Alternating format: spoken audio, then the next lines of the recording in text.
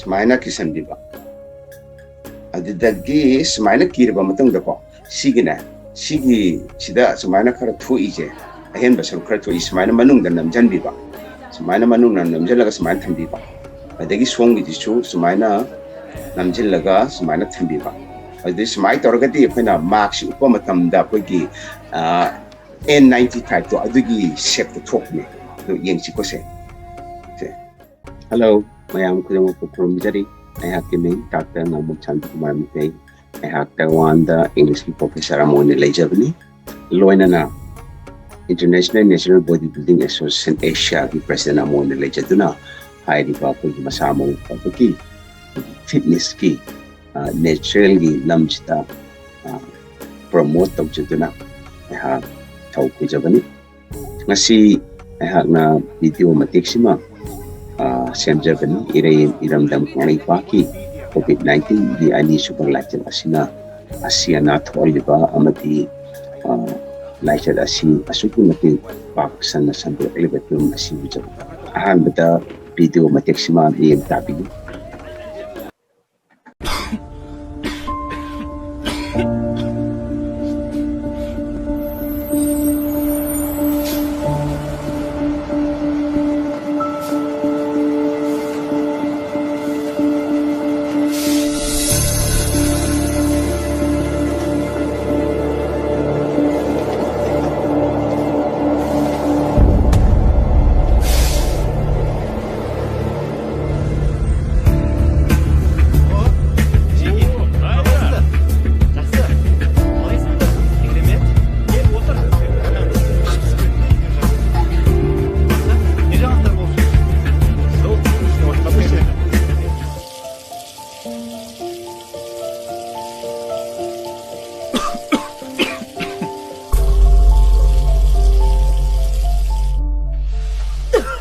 Mom,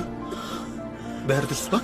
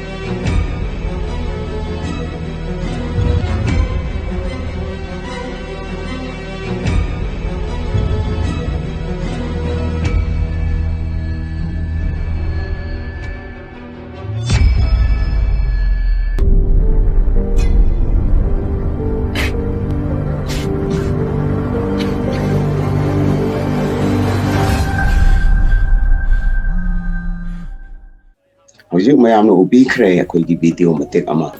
matou karamna haairiba ani suba COVID-19 gi Laaichattagi suki matik laina ki mioi amadagi mioi amada sandok ngamba ka haibatu masidai khoina karamba khongthang karamba chekin pathap khoina lokshin bayai tawba yai haibatu mataangda ha yan makomda betang thamjage hakna Taiwan da thengnariba amadi iramdam da thokliba pibam sing asi yenglaga sigi Laaichattagi da akoina lainga na phana phajana Ngaakthoknaba hotnaraga su aduga hospital da chugi khuchukulai yanamak leiraga su khudengmak lai haiduna chu akoina masi Taiwan da phaauba khone kamna checksina lawi Taiwan da aduna akoigi iramdam da yengragadi iramdam da di akoigi hospital su masing suna leiba nate pamung leiba nate adagi oxygen na khande kuchuk line na yamna wat lei adagi akoigi iramdam da tawriba quarantine system adagi akoigi medicare adagi health care gi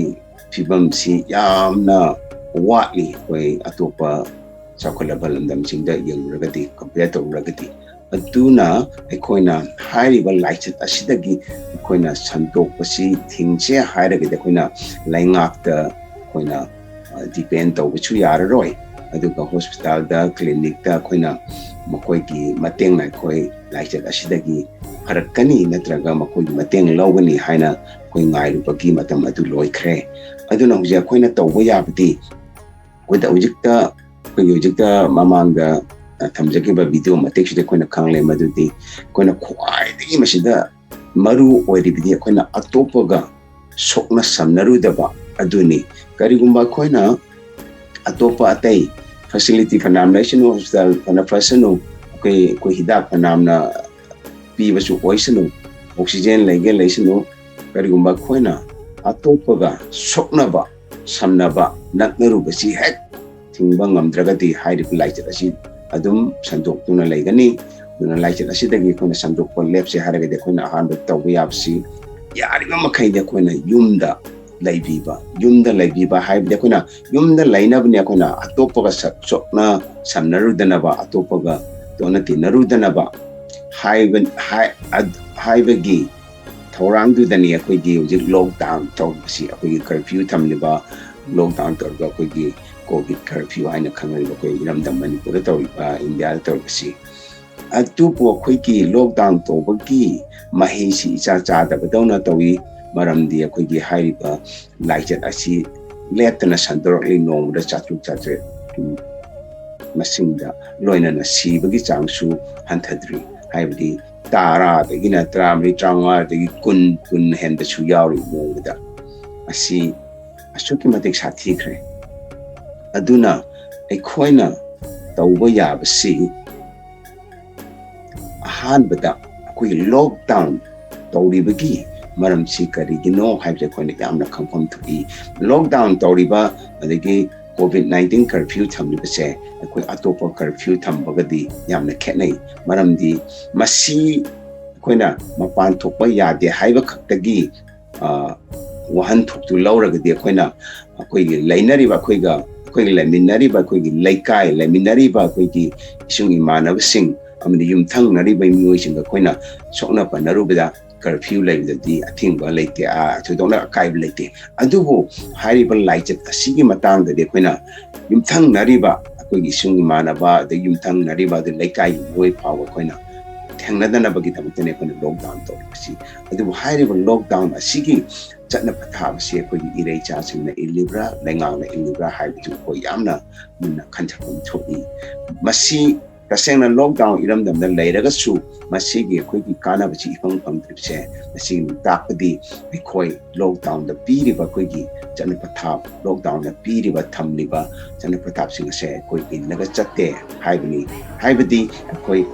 amaga atopaga sokna panaba naksinabase yamna toina tawi haibani koina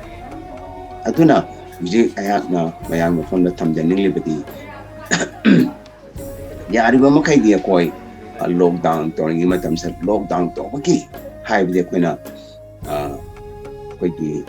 miga atopaga samnarudaba soknarudaba naknarudaba sigi chatna pathapse lainanaba ko hotnabidabni aduga yariba makhai akoina karigumba chathokpa atoktaba yadana kuni chathokpa taraga chu koina koigi hand sanitizer koigi kuchi tamna toina hamtokpa yab sintokpa yaba koigi hand sanitizer koigi spray se koigi alcohol spirit ke kena sabat koigi mahiji mahing matai hatok no mahiji koina li macha amata koina het chathokpa matamda koina kupiba haibide koina mapan thokom tamija koina kuchina koina mayamna sokna ba koi handrail ni khangde thong ni khangde gari kakatpam handle duni khangde pairi ba when any koina surface koi mamai amada koi pairu polam amda pairu matamda koina sagi laichat pakpa mioi si aduna pairam bu wadagati koina je video matek tu pu siba daina koi da pal kani adu koina pal kom tamda koina koi phirol da koi mai mita koina sobu matamda koi da laichat asi virus soidana lani ai adagi koina atei thengnaruba matamda atei da sobu matamda su loina hairiba like virus asi sandoki ga dorubani koina video matek ju ukiba damana maram asina ai koina khut si yari ge koina hairiba surfacing hairiba polam sing ni yam na paina polam sing asida sopi ru taba adur kari gumba sok ya na sogana sok lagana koina sok lu badu madu dagi palpa virus se mahik se ngaakthoknaba ne koina hand spray si head sok lu matungda koina akoigi phironda mai mita sok lu matungda koina spray ji kapsalaga te khutsa ji sengna semdokpiba taithokpiba haidi hatokpiba mahik singje adudagi koina yumda koina mapan thojo koina ko koina social distance thambiba masi thambiba maram de koina amaga ama soknaru da tunaba anama amaga soknaru dragade koina sagi koi khutsa dang hamtoga so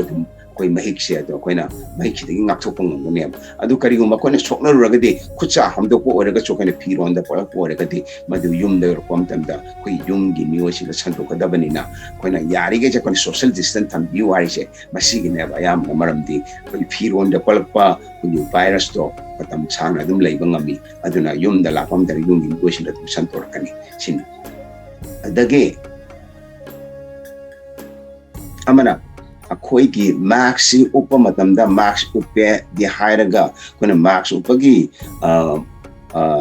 kano si moong si chumdragadi madui kana thudok no pangloi maru oina koina max ublaga chopagi amot pa kuchina koina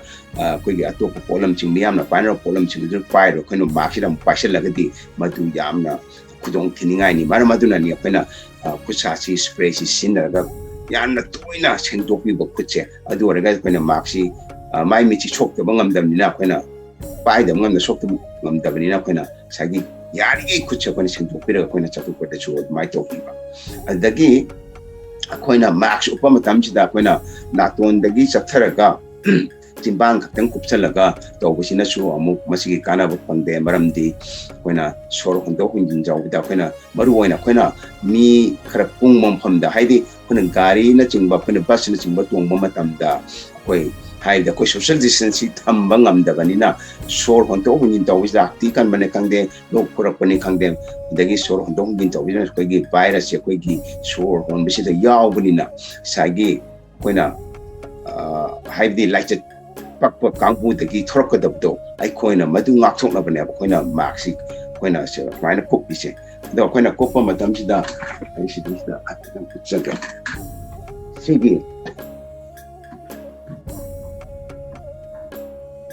si koina smaina tawbasi smaina uppase sidista koi sida yauri ba sidista wire ama yauri ge Taiwan da saba maxse ado smaina sigi smaina kupsan biko smaina kupsallaga si thambigadabane ba si nantharapada smaina smai tawragadi masi uppagi marks uppagi wahan thoktuma leitre kana budu phanglaroi maramdi sidai da loine changrani kona topa dagi duna si kupsan bi ba adu smaina thambi ko adagi amana buji anauba ngoina buji putopa amana hai putopa nate masi sidagi hana paba amana koigi sigi marks sidai da chi irai laina changbang ngamme si ho belai sida aduna sigi ji panana ba haidana koina marks si kumai together smaina sidai da ko si kisale smaina kisanba smaina mari sida kisanba adagi somda so songi nakanji chu mari je sida kisandiba smaina kisandiba adagi smaina kirba matangda ko sigina sigi sida smaina khara thui je ahen basar khara thui smaina manungda namjanbiba smaina manungna namjalaga smaina thambiba adagi songi jichu smaina namjillaga smaina thambiba adi smai toragati phena marks upamatamda koigi N95 to adugi shape to talk me to yeng si ko se samaina toroga di hiji si jingda biro ku biro si de si de namjan biro si de wire yaurba si de yaurba wire si samaina phajan biro ka kona manipur da saba indara saba marks oraga di si wire si yaw da bra khangde yaw bra khangde adu marks si wire si yauraga different samaina si fix to ba yai kona shape se na tongi shape se samaina conceal laga thamba yai adu somda yang biyo songi na kan je ji si da oh ba si like re ko adai si da jo oh ba si like re the somda jo oh like re the somda jo oh like re samai toroga di si gi marks ku upse si na yam shape oi bo oi shape oi ba hele ba kona jum ne ge sum marks ko ma tan ba kona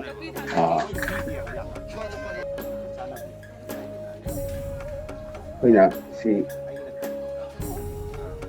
the yang shape ko si kena ba se so si punda ba ne si punda na kan ji punda ko si layer ahum ge mark re ta da sa ko si ge sina ko na mani puda anda khara thaja ba chi ko moi maru na front line da laiba worker sing na sin na ti ko na thaja ba ni maru na adu khangde red cross na kamai to pi ga da na so smaina si to se si kena ba si yang che ko gen si da wire yang si smiting to ba smiting to ga de ko si da oh ba si am lai ba si da si oh ba si lai se si yam na se ko dia dai som na jo si chao no hang lai se si dai da irai lai na sa gi nu chi chang ba ya mi na si gi khu se mas ko se ko se ko bo wa le aduna ji anau ba mo ko na hai da ko smaina ko na isan ba je sin nakan je smaina kisi laga smaina hu ama oina saraga smaina tokse sina aduga si manung nam jandi ba cho ai ha mamang uchak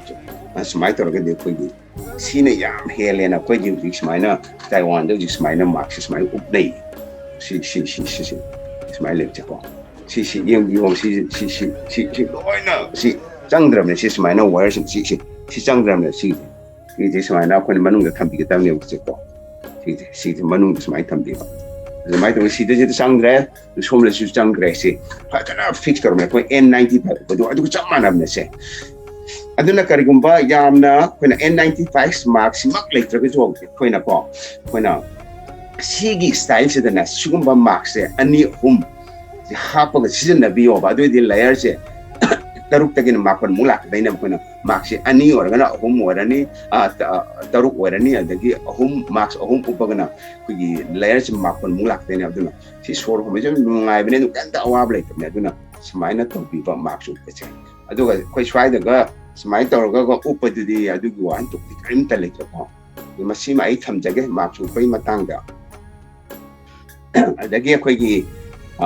hand sanitizer sinabagi madugi kanaba ma thamjagre ko haidi mapana thok yadabagi thokgi thokpada koi kamai to dana koi Laaichattagi Ngaakthoknaba haibagi matangda ha thamjabani ahan bada koi hand sanitizer choba adai mask kamai no upa mask kamai na sinaba kamai na tarogana hen Ngaakthokpang ngadagi haibagi matangda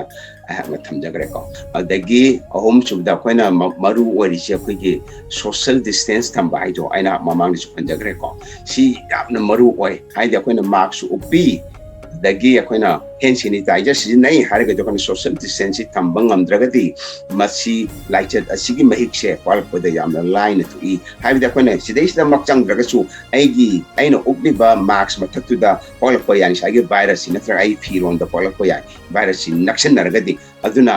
yari ga koina social distance thambi ko hoi bus da gari da chapasi di amna kudong thiningai ni aduna ni karigum da koina lockdown tolse asti gari si chen da na ba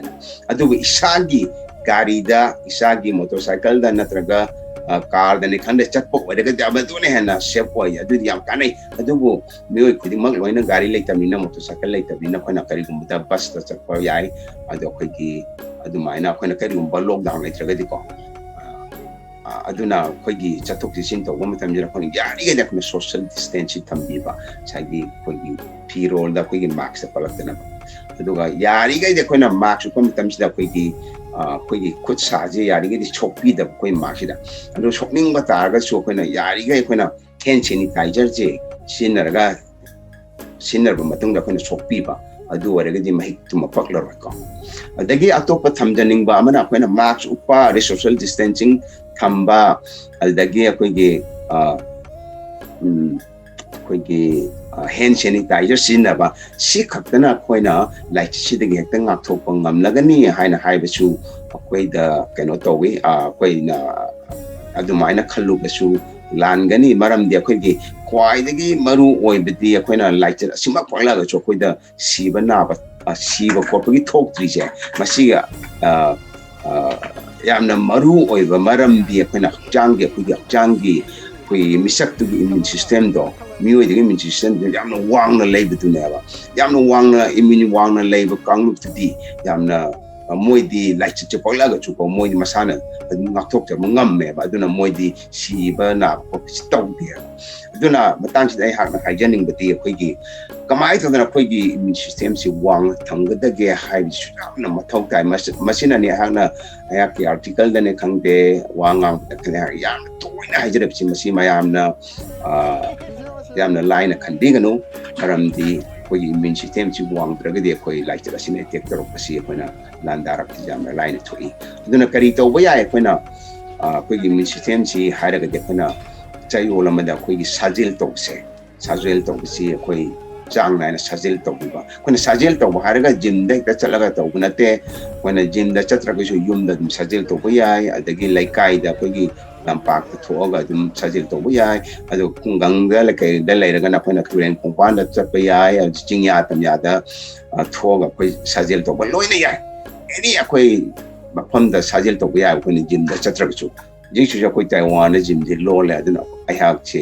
ꯏꯆꯥ ꯅꯨꯄꯥꯒ ꯏꯆꯥ ꯅꯨꯄꯤ ꯑꯩꯈꯣꯏ ꯌꯨꯝꯗ ꯁꯥꯖꯦꯜꯁꯤ ꯇꯧꯋꯦ ꯑꯗꯨꯝ ꯆꯥꯡ ꯅꯥꯏꯅ ꯑꯩꯈꯣꯏꯒꯤ ꯏꯝꯃ꯭ꯌꯨꯟ ꯁꯤꯁꯇꯦꯝꯁꯤ ꯋꯥꯡꯅ ꯊꯝꯅꯅꯕ ꯑꯗꯨꯅ ꯁꯥꯖꯦꯜꯁꯤ ꯀꯌꯥꯝ ꯇꯧꯕ ꯃꯊꯧ ꯇꯥꯏ ꯍꯥꯏꯔꯒꯗꯤ ꯑꯩꯈꯣꯏꯅ ꯆꯌꯣꯜ ꯑꯃꯗ ꯌꯥꯝꯗ꯭ꯔꯕꯗ ꯑꯩꯈꯣꯏꯅ ꯁꯥꯖꯦꯜꯁꯦ 3ꯂꯛꯀꯨꯝꯕ ꯇꯧꯕꯤꯕ ꯑꯗꯣ ꯌꯥꯝꯗ꯭ꯔꯕꯗ ꯑꯩꯈꯣꯏ ꯃꯤꯅꯤꯠ 30ꯗꯒꯤ ꯃꯤꯅꯤꯠ 35 ꯁ꯭ꯋꯥꯏꯐꯥꯎ ꯇꯧꯕꯁꯦ ꯑꯁꯤꯅ ꯈ꯭ꯋꯥꯏꯗꯒꯤ ꯐꯔꯕꯅꯤ ꯑꯗꯨꯒ ꯆꯌꯣꯜ ꯑꯃꯗ ꯑꯩꯈꯣꯏꯅ 3ꯂꯛꯇꯒꯤꯅ 5ꯒꯨꯝꯕ ꯇꯧꯕꯤꯕ ꯃꯁꯤ ꯍꯧꯖꯤꯛꯇꯤ ꯃꯌꯥꯝꯁꯨ ꯂꯣꯛꯗꯥꯎꯟꯅꯤꯅ ꯃꯇꯝꯁꯦ ꯑꯌꯥꯝꯕ ꯐꯪꯅꯕꯅꯤꯅ ꯃꯁꯤ ꯁꯣꯏꯗꯅ ꯇꯧꯕ ꯉꯝꯕꯤꯒꯅꯤ ꯈꯜꯂꯤ ꯍꯥꯟꯅꯗꯤ ꯑꯩ ꯃꯇꯝ ꯆꯤꯜꯂꯤ ꯃꯇꯝ ꯊꯕꯛ ꯂꯩ ꯃꯇꯝ ꯂꯩꯇꯦ ꯍꯥꯏꯅ ꯑꯩꯈꯣꯏꯒꯤ ꯑꯦꯛꯁꯀ꯭ꯌꯨꯁ ꯇꯧꯕꯤꯔꯝꯕ ꯃꯌꯥꯝꯗꯣ ꯃꯗꯨ ꯇꯣꯛꯄꯤꯔꯣ ꯑꯗꯨꯒ ꯍꯧꯖꯤꯛ ꯑꯩꯈꯣꯏ ꯁꯥꯖꯦꯜ ꯇꯧꯕꯁꯤ ꯍꯧꯕꯤꯔꯣ ꯑꯩꯈꯣꯏꯅ ꯑꯩꯈꯣꯏꯒꯤ ꯏꯁꯥꯒꯤ ꯁꯤꯆꯨꯋꯦꯁꯟ ꯐꯤꯕꯝꯗꯨ ꯌꯦꯡꯂꯒ ꯇꯧꯕꯤꯔꯣ ꯃꯄꯥꯟ ꯊꯣꯛꯄꯅꯤ ꯈꯪꯗꯦ ꯑꯗꯒꯤ ꯌꯨꯝꯗ ꯇꯧꯕꯅꯤ ꯈꯪꯗꯦ ꯑꯗꯒꯤ ꯑꯃꯅ ꯑꯩꯈꯣꯏꯒꯤ ꯁꯥꯖꯦꯜ ꯇꯧꯕ ꯑꯗꯒꯤ ꯁꯤ ꯈꯛꯇꯅꯁꯨ ꯑꯩꯈꯣꯏꯒꯤ ꯏꯝꯃ꯭ꯌꯨꯟ ꯁꯤꯁꯇꯦꯝꯁꯤ ꯋꯥꯡꯍꯟꯕ ꯌꯥꯗꯦ ꯃꯔꯝꯗꯤ ꯑꯩꯈꯣꯏꯅ ꯆꯥꯕ ꯊꯛꯄꯁꯤ ꯑꯩꯈꯣꯏꯅ ꯆꯥꯡ ꯅꯥꯏꯕ ꯑꯃꯗꯤ ꯑꯩꯈꯣꯏꯅ ꯃꯆꯤ ꯑꯣꯏꯕ ꯆꯤꯟꯖꯥꯛ ꯆꯥꯕ ꯃꯊꯧ ꯇꯥꯏ ꯍꯥꯏꯗꯤ ꯑꯩꯈꯣꯏꯅ ꯃꯁꯤ ꯌꯥꯝꯅ ꯇꯥꯡꯕ ꯅꯠꯇꯦ ꯑꯩꯈꯣꯏꯅ ꯃꯆꯤ ꯑꯣꯏꯕ ꯆꯤꯟꯖꯥꯛ ꯍꯥꯏꯔꯒ ꯑꯩꯈꯣꯏꯒꯤ ꯍꯛꯆꯥꯡ ꯐꯕ ꯆꯤꯟꯖꯥꯛ ꯍꯥꯏꯔꯒ ꯑꯩꯈꯣꯏ ꯍꯦꯛꯇ ꯁꯦꯜ ꯌꯥꯝꯅ ꯇꯤꯡꯕꯗꯨ ꯅꯠꯇꯦꯕ ꯃꯔꯨꯑꯣꯏꯅ ꯑꯩꯈꯣꯏ ꯃꯅꯥ ꯃꯁꯤꯡꯁꯤ ꯌꯥꯝꯅ ꯆꯥꯕꯤꯕ ꯁꯦꯡꯇꯣꯛꯑꯒ ꯌꯥꯝꯅ ꯆꯥꯝꯊꯣꯛꯑꯒ ꯐꯖꯅ ꯑꯩꯈꯣꯏꯅ ꯊꯣꯡꯕꯤꯕ ꯃꯇꯝꯗ ꯌꯥꯝꯅ ꯀꯥ ꯍꯦꯟꯅ ꯊꯣꯡꯕꯤꯗꯕ ꯍꯥꯏꯗꯤ ꯑꯩꯈꯣꯏꯒꯤ ꯚꯥꯏꯇꯥꯃꯤꯟꯁ ꯃꯤꯅꯔꯦꯜꯁꯤꯡꯁꯤ ꯃꯥꯡꯈꯤꯗꯅꯕꯀꯣ ꯑꯗꯒꯤ ꯑꯩꯈꯣꯏꯅ ꯀꯔꯤꯒꯨꯝꯕ ꯁꯥꯂꯦꯠꯀꯨꯝꯕ ꯑꯣꯏꯅ ꯆꯥꯅꯤꯡꯉꯒꯁꯨ ꯑꯩꯈꯣꯏꯅ ꯌꯥꯝꯅ ꯁꯦꯡꯗꯣꯛꯄꯤꯔꯒ ꯆꯥꯕꯤꯕ ꯑꯗꯒꯤ ꯑꯩꯈꯣꯏꯅ ꯆꯥꯕ ꯃꯇꯝꯗ ꯑꯩꯈꯣꯏ ꯌꯥꯔꯒꯗꯤ ꯍꯩ ꯔꯥꯁꯤꯡ ꯆꯥꯕꯤꯒꯗꯕꯅꯤ ꯃꯅꯥ ꯃꯁꯤꯡ ꯌꯥꯝꯅ ꯆꯥꯕꯤꯒꯗꯕꯅꯤ ꯑꯗꯒꯤ ꯊꯣꯡꯕꯗ ꯑꯩꯈꯣꯏꯅ ꯆꯝꯅ ꯊꯣꯡꯕ ꯑꯩꯈꯣꯏ ꯊꯥꯎ ꯊꯨꯝꯁꯤ ꯌꯥꯝ ꯍꯥꯞꯄꯤꯗꯕ ꯁꯤ ꯑꯣꯏꯔꯒꯗꯤ ꯑꯩꯈꯣꯏꯒꯤ ꯏꯝꯃ꯭ꯌꯨꯟ ꯁꯤꯁꯇꯦꯝꯁꯤ ꯌꯥꯝꯅ ꯋꯥꯡꯅ ꯊꯝꯕ ꯌꯥꯏ ꯌꯥꯝꯅ ꯐꯅ ꯊꯝꯕ ꯌꯥꯏ ꯁꯨꯃꯥꯏꯅ ꯇꯧꯔꯒꯗꯤ ꯑꯩꯈꯣꯏꯅ ꯃꯥꯛꯁꯤ ꯅꯤꯡꯊꯤꯖꯅ ꯎꯞꯄꯤꯔꯕ ꯐꯤꯕꯝ ꯆꯨꯝꯅ ꯎꯞꯄꯤꯕ ꯃꯑꯣꯡ ꯇꯥꯅ ꯎꯞꯄꯤꯕ ꯑꯗꯒꯤ ꯑꯩꯈꯣꯏꯒꯤ ꯁꯣꯁꯤꯌꯦꯜ ꯗꯤꯁꯇꯦꯟꯁꯤꯡ ꯊꯝꯕꯤꯕ ꯑꯗꯒꯤ ꯍꯦꯟ ꯁꯦꯅꯤꯇꯥꯏꯖꯔ ꯁꯤꯖꯤꯟꯅꯕꯤꯕ ꯑꯗꯒꯤ ꯑꯩꯈꯣꯏ ꯁꯥꯖꯦꯜ ꯇꯧꯕꯤꯕ ꯑꯗꯨꯗꯒꯤ ꯑꯩꯈꯣꯏꯒꯤ ꯆꯥꯕ ꯊꯛꯄꯁꯤꯗ ꯑꯩꯈꯣꯏꯒꯤ ꯑꯆꯝꯕ ꯆꯥꯕꯤꯕ ꯆꯥꯡ ꯅꯥꯏꯅ ꯆꯥꯕꯤꯕ ꯁꯨꯃꯥꯏꯅ ꯇꯧꯔꯒꯗꯤ ꯑꯩꯈꯣꯏꯒꯤ ꯏꯝꯃ꯭ꯌꯨꯟ ꯁꯤꯁꯇꯦꯝꯁꯤ ꯋꯥꯡꯂꯒꯅꯤ ꯑꯗꯨꯗꯒꯤ ꯑꯩꯈꯣꯏ ꯂꯥꯏꯆꯠ ꯑꯁꯤꯗꯒꯤ ꯉꯥꯛꯊꯣꯛꯄꯗ ꯌꯥꯝꯅ ꯃꯇꯦꯡ ꯄꯥꯡꯒꯅꯤ ꯍꯥꯏꯅ ꯊꯝꯖꯒꯦ ꯑꯗꯨꯕꯨ ꯈ꯭ꯋꯥꯏꯗꯒꯤꯐꯕ ꯂꯥꯏꯆꯠ ꯑꯁꯤꯗꯒꯤ ꯉꯥꯛꯊꯣꯛꯄꯒꯤ ꯈ꯭ꯋꯥꯏꯗꯒꯤ ꯑꯐꯕ ꯈꯣꯡꯊꯥꯡꯗꯤ ꯌꯨꯝꯗ ꯂꯩꯕ ꯑꯇꯣꯞꯄꯒ ꯂꯩꯀꯥꯏꯒ ꯀꯅꯥꯃꯠꯇ ꯁꯣꯛꯅꯔꯨꯗꯕ ꯅꯛꯅꯔꯨꯗꯕ ꯁꯤꯅ ꯈ꯭ꯋꯥꯏꯗꯒꯤ ꯑꯐꯕ ꯂꯝꯕꯤꯅꯤ ꯈꯣꯡꯊꯥꯡꯅꯤ ꯍꯥꯏꯅ ꯃꯌꯥꯝꯗ ꯊꯝꯖꯒꯦ ꯊꯥꯒꯠꯆꯔꯤ